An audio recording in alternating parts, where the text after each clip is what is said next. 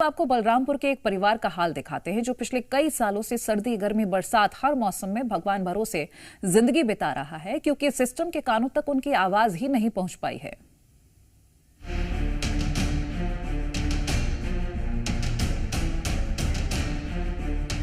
गांव, हरियाली, सुहाना मौसम और इसके बीच एक परिवार की बदहाली।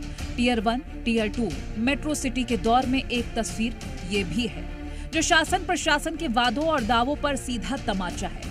बलरामपुर जिले में एक परिवार तिरपाल, टिन और बांस के सहारे टिके जुगाड़ू घर में रह नहीं रहा है बल्कि रहने को मजबूर है। इस परिवार के हालात तब ऐसे हैं जब शहरों को और स्मार्ट शहर, गांवों को स्मार्ट गांव बनाने की बातें की जा रही हैं और यहाँ ये परिवार रोटी, कपड़ा और मकान जैसी मूलभूत सुविधाओं के लिए जद्दोजहद कर रहा है।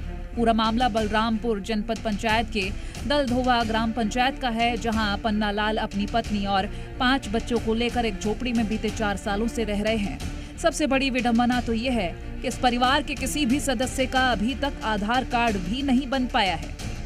3 साल पहले एक ग्रामीण जो है उसके घर की कहानी, उसके घर की समस्या मैं दर्शकों को दिखाया था, बताया था और 3 साल बाद फिर उसी घर में पहुंचा हूं ये सोच के कि स्थिति कुछ बदली होगी। जो सरकार की तमाम प्रकार की योजनाएं हैं उसका लाभ ये जो परिवार उसको मिला होगा, लेकिन आज भी स्थिति जस की तस है। 3 साल बीत चुका है। सरकार, शासन प्रशासन तमाम विकास के बड़े बड़े दावे करता है, लेकिन उसकी जमीनी हकीकत क्या है मैं आपको दिखाऊंगा। मैं भी खड़ा हूं बलरामपुर जिला मुख्यालय से लगे हुए दलधोवा गांव में और दलधोवा गांव का एक ये ग्रामीण है। इसका घर देखिए, पहले इसका घर देखिए। ये घर है, मिट्टी की दीवार है और पूरा प्लास्टिक से लगाए हैं क्योंकि बरसात का समय है। 7 से 8 लोग इसी घर में रहते हैं। इसी घर पर रहने के लिए लोग मजबूर है। परिवार जिले के दूर दराज इलाके का भी नहीं है बल्कि जिला मुख्यालय से महज 7 से 8 किलोमीटर की दूरी पर बसे एक गांव का है जो आज भी सरकार की तमाम योजनाओं से पूरी तरह महरूम है। सचिव सरपंच को बोलते हैं तो सचिव सरपंच तो उल्टा ही बोलता है, जो तुम लोग ध्यान नहीं देते हो। हम लोग का उतना समझदारी रहता तो हम लोग जाकर अपने से नहीं करवा लेते। सचिव सरपंच किस लिए बनाया जाता है? पूरा व्यक्ति को तो, गांव वाला को तो देखना नहीं चाहिए, लेकिन इन लोग नहीं देखते हैं। एक बार गए हाई स्कूल में तो बोल रहा है जो हम तिरपाल दिए थे और तिरपाल बेच दिया तू लोग। हम लोग का घर ऐसा है तो हम लोग तिरपाल बेचेंगे? ऐसे बोलते हैं। अरे बताइए, गर्मी में फिर कैसे करते? गर्मी कहाँ सोते हैं आप लोग? गर्मी में कहाँ सोएंगे? बाहर में सोते हैं। कटहल का पेड़ है, चौतरा देख रहे हैं, चौतरे पे सोते हैं। कहाँ जाएंगे?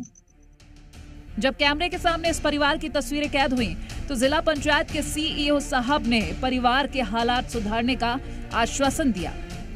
आपके माध्यम से अभी ये जानकारी मेरे संज्ञान में आई है और शासन के लिए हर अंतिम पंक्ति में खड़ा व्यक्ति उतना ही महत्वपूर्ण है जितना कि आगे की पंक्ति का व्यक्ति। तो हम सबसे पहले तो उनके आधार कार्ड बनवाने का प्रयास करेंगे ताकि उनको हम राशन कार्ड बनवा के दे सकें और साथ ही हम ये प्रयास करेंगे कि आधार कार्ड के साथ साथ उनको प्रधानमंत्री आवास योजना सर्वे में उनका नाम है कि नहीं ये देख लेंगे।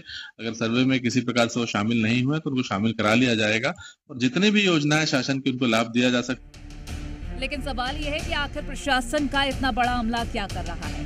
क्या सिर्फ कागजी विकास करके जमीनी स्तर के कर्मचारी शासन और प्रशासन को गुमराह कर रहे हैं?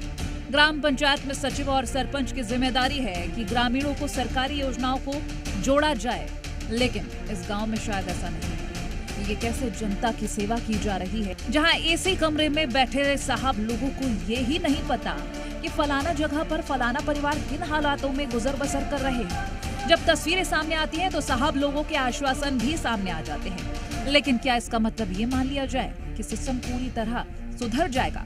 ये कोई पहली तस्वीर नहीं है। बहरहाल अब देखना ये होगा कि इस परिवार को कब तक राहत मिलेगी। ब्यूरो रिपोर्ट, जी मीडिया।